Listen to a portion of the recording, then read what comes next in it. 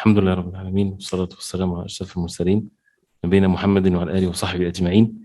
Continuing inshallah ta'ala the 21 points that are mentioned by Imam Sa'di rahimahullah that brings a goodly life, happy life and a content life. We'll make it brief inshallah ta'ala, but we mentioned 9 already. So very quick, these 9 are: the first one, al-iman wal-amal al-salih, belief and righteous good deeds. Each one has details, but we're just reviewing them inshallah ta'ala. The second one, al-ihsan wal-khalq, to do goodness to people with speech and actions, with all kinds of ma'ruf, all kinds of goodness. Number 3, اشتغال القلب أو اشتغال بعمل من الأعمال, to be busy with actions, to be busy and not to be like that without things that makes one's time busy with actions of obedience to Allah or any matters that is benefiting.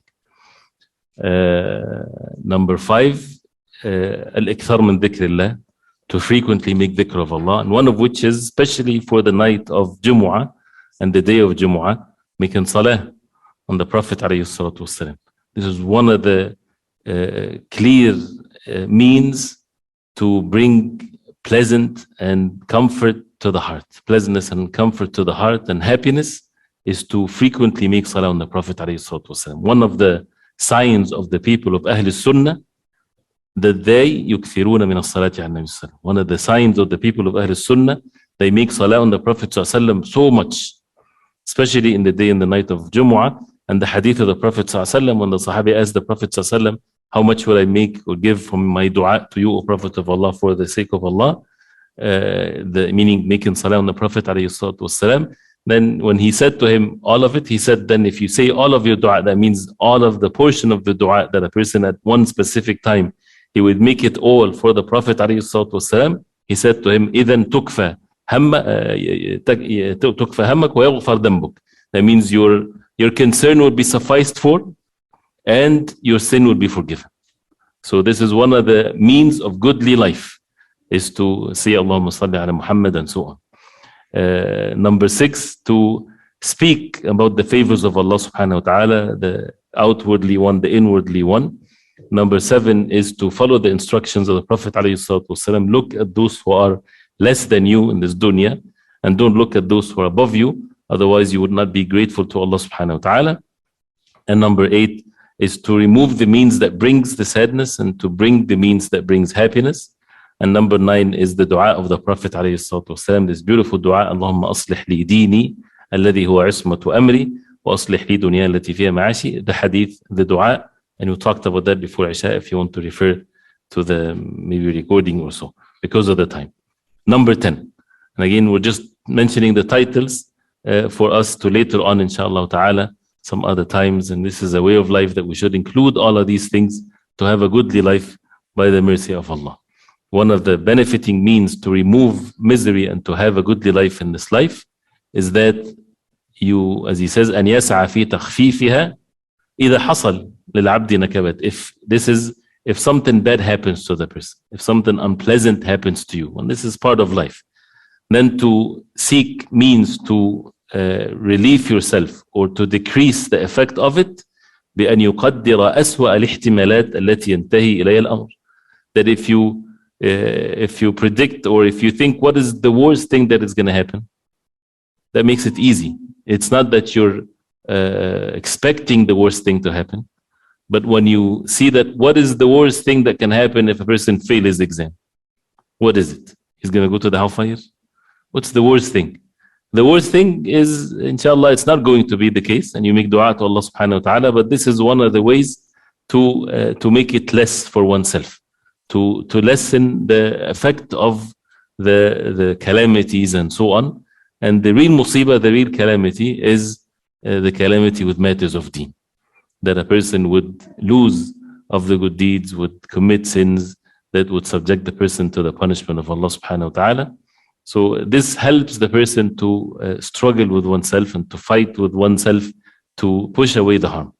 Number 11 is which mentioned in the previous book of Husnul Khuluq, is the strength of the heart, and not to panic or not to be affected by al-awham wal-khayalat, which is a specific thing here about the thoughts and whims and things that has no reality to it.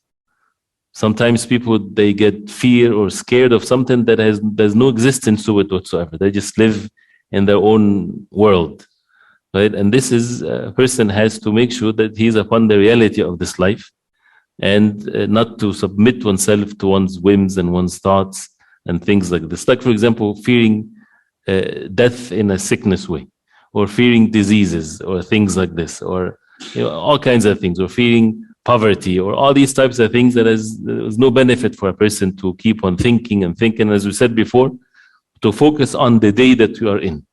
Don't be trapped in between the past and the future. The past, a person is sad about what happened in the past and worries about the future.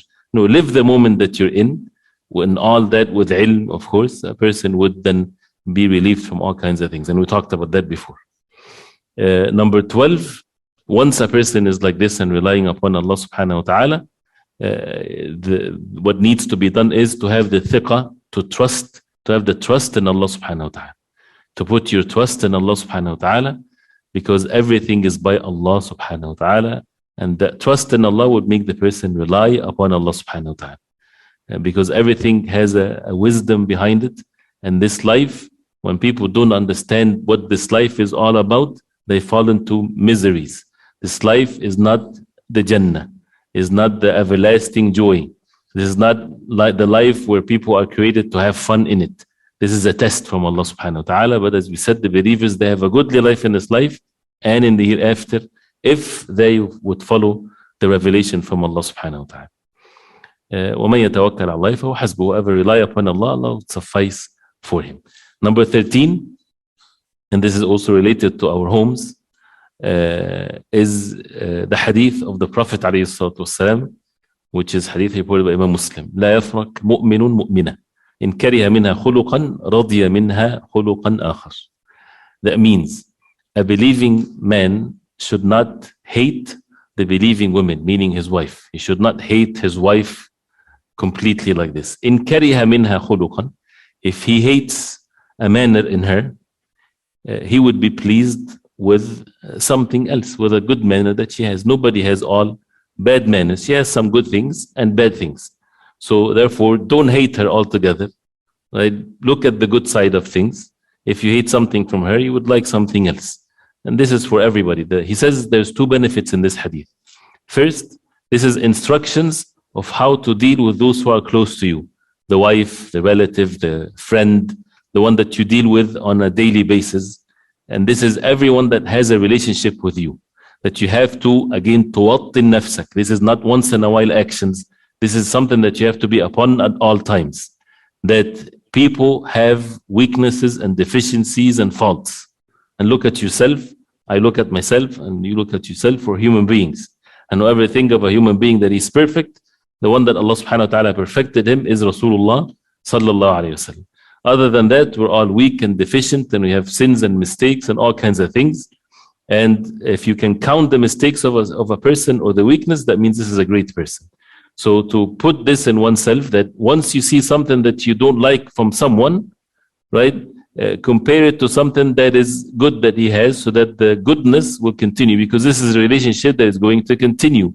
It doesn't mean that you overlook the bad things, that you don't fix it, if there are means to fix it, but to, as the hadith says, if you dislike something, you're pleased with something else. So this is one benefit, to always look at the good things in a person and to even work on that.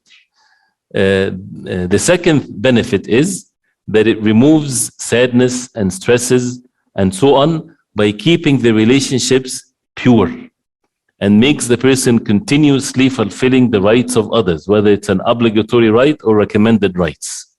And both sides will be comfortable. Why? Because they would be pleased with something else if they don't like something from one another. So this is such a great benefit. Does it happen at ease? No, a person needs to exercise this and to remember the hadith of the Prophet ﷺ. And there's no way or form that this would approve sins, for example, in the household, or the head of the household, the husband, would approve sins, or would allow in his house for sins to be committed, saying, well, if that's a a bad thing, there's other good things. Then you're responsible for that. Sins have no excuse whatsoever. But when it comes to our personal rights or something like this, raised her voice, he doesn't like the fact that she's doing this or that, as long as it's not in the category of sins, overlook and look and focus on what is benefiting, and these things can be worked on.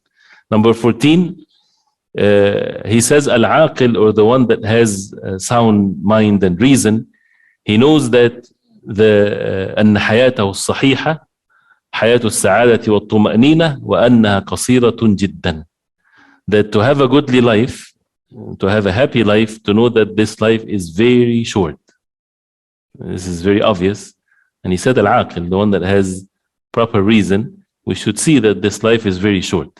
So therefore, do not make it shorter by the stress and keep on thinking about sad things and all kinds of things that opposes the goodly life.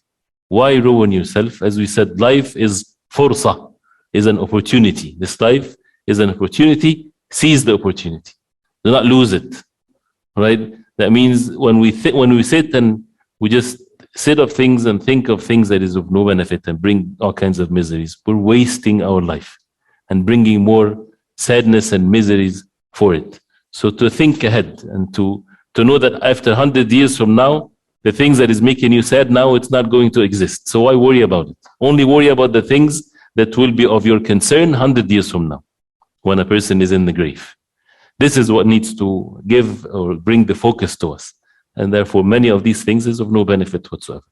Number 15, if something disliked or something happens to a person, or if you fear something, right, then you compare it to all of the rest of the favors that Allah subhanahu wa ta'ala bestowed upon you. We talked about that also in the previous book.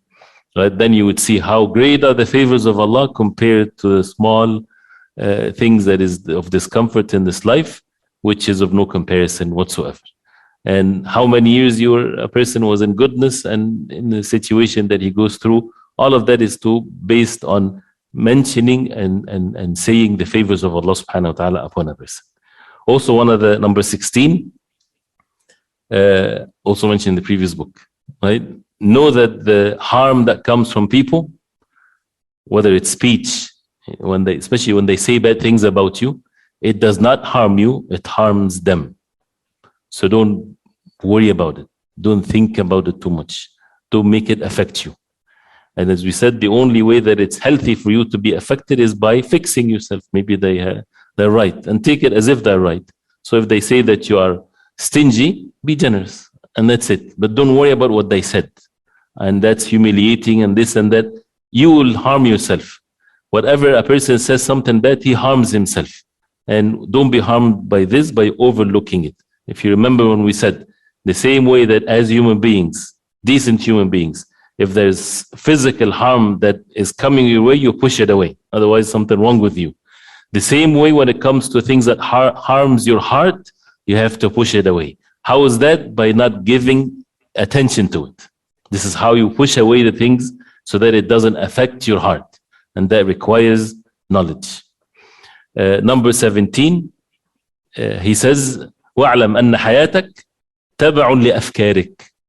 Your life is according to what you think or your thoughts. Your life will be according to what you think. So what you think and your afkar and your thoughts, either it's going to benefit you in matters of dunya or matters of deen, or the opposite. So that means think of what is good so that you can have what is good. Don't think of what is bad. The same thing with intentions, as Imam Ahmad would advise his son, Ya bunay inwil khayr. He would say to his son, oh my son, always intend to do good. فَإِنَّكَ بِخَيْرٍ مَا دُمْتَ تَنْوِي الْخَيْرِ. You will be always good as long as you have good intentions. And this is all in the heart. Number 18, and this word has been repeated so much since after Maghrib, أَن تُوَطِّنَ نَفْسَكَ. Make yourself always upon this. Don't leave that state in which you would have to exercise till it becomes your norm. That you don't seek gratefulness or thanks except from Allah subhanahu wa ta'ala. Don't wait for people to be grateful to you. Don't wait for people to appreciate what you're doing for them. Don't expect that from them, which is the issue of expectations. That makes many people miserable that it's the reason for so many problems in our homes and our relationships is the issue of expectations. You expect things. Don't expect anything, right? Especially when you do something. You say, I did this to that person, or to his wife, or the wife did to her husband. I've been doing this and nothing from his side. Do it for the sake of Allah. Yes, it doesn't feel good and so on, but وَطِّن نَفْسَك. Exercise yourself that you're not waiting for people to thank you or to appreciate what you're doing. It's bad from them, and they should learn not to do that, and you should do that, making sure that you're always grateful to others. Whoever is not grateful to people is not grateful to Allah. So if you do something of goodness to those who have rights on you, or those who have no rights on you, then know for sure with certainty that you were basically worshipping Allah in this goodness or what you did. So that means you only care about the rewards from Allah. And don't use that as a tool against them. I only seek the rewards from Allah. I don't want nothing from you. That's bad manners. If a person is sincere, he won't remind people of his favors, and that requires to exercise this. If it comes, mashallah, this is great. And this is the meaning, one of the meanings of khudh al-af. Take the extra from people. If they say, jazakumullah khairan, mashallah, you're such a, mashallah, this is good. If they don't, it doesn't matter. It's optional. Make it as an optional thing when it comes from them. As Allah subhanahu wa ta'ala said about the believers, Surah Al-Insan, إِنَّمَا نُطْعِمُكُمْ لِوَجْهِ اللَّهِ لَا نُرِيدُ مِنْكُمْ جَزَاءً وَلَا شُكُورًا. We give you food for the sake of Allah. We don't want from you jaza'an, recompense, or shukura. We don't want you to be grateful to us. We don't want you to thank us. So when you give a poor something, don't wait for the dua and the thank. Don't wait for that. You don't want that. If it comes, it's his own goodness. It has nothing to do with you. And therefore, it's a test from Allah to see who's sincere and who's not.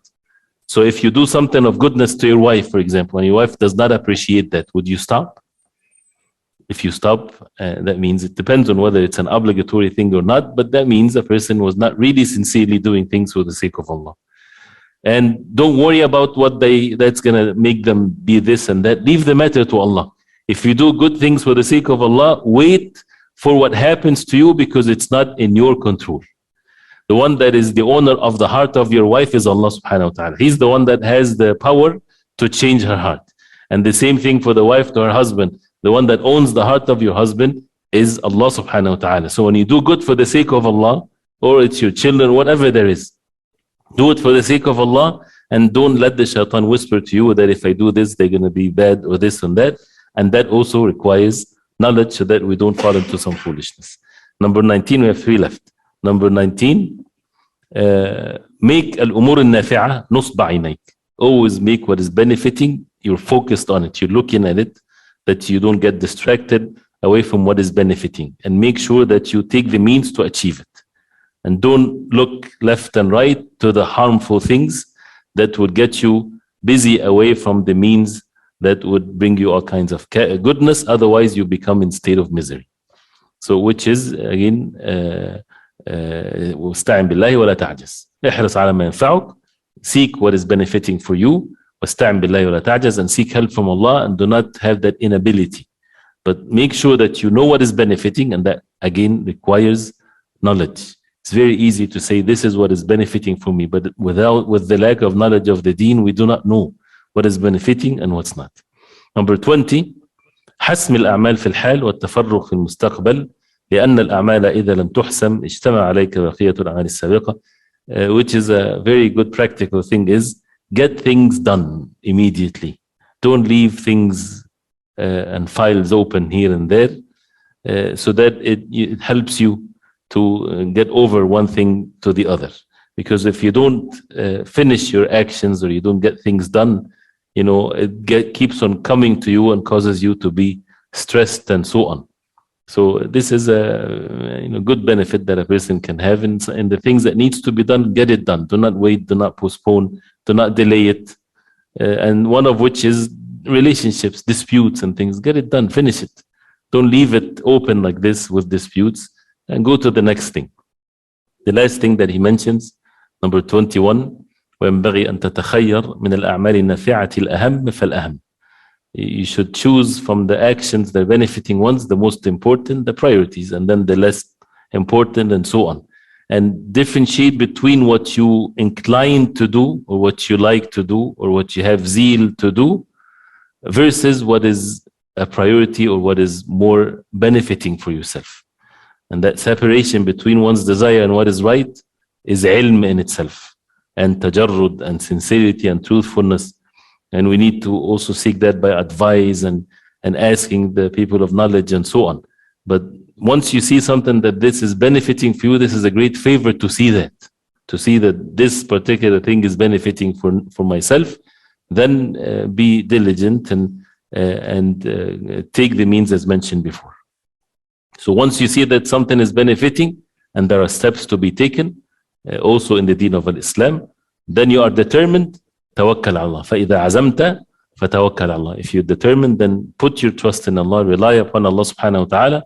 Allah subhanahu wa ta'ala will suffice for you. So we ask Allah subhanahu wa ta'ala to give us the goodly life in this life and hereafter. And for those who came late, if you just heard part of it, there was principles mentioned in the beginning that without it, you might have so many questions because the foundation of it is not there. So we ask Allah subhanahu wa ta'ala to make us benefit, inshallah. We'll stop here because of the time. And tomorrow, inshallah ta'ala, we'll talk about some ahkam then, some rulings related to our homes. And we ask Allah subhanahu wa ta'ala to accept.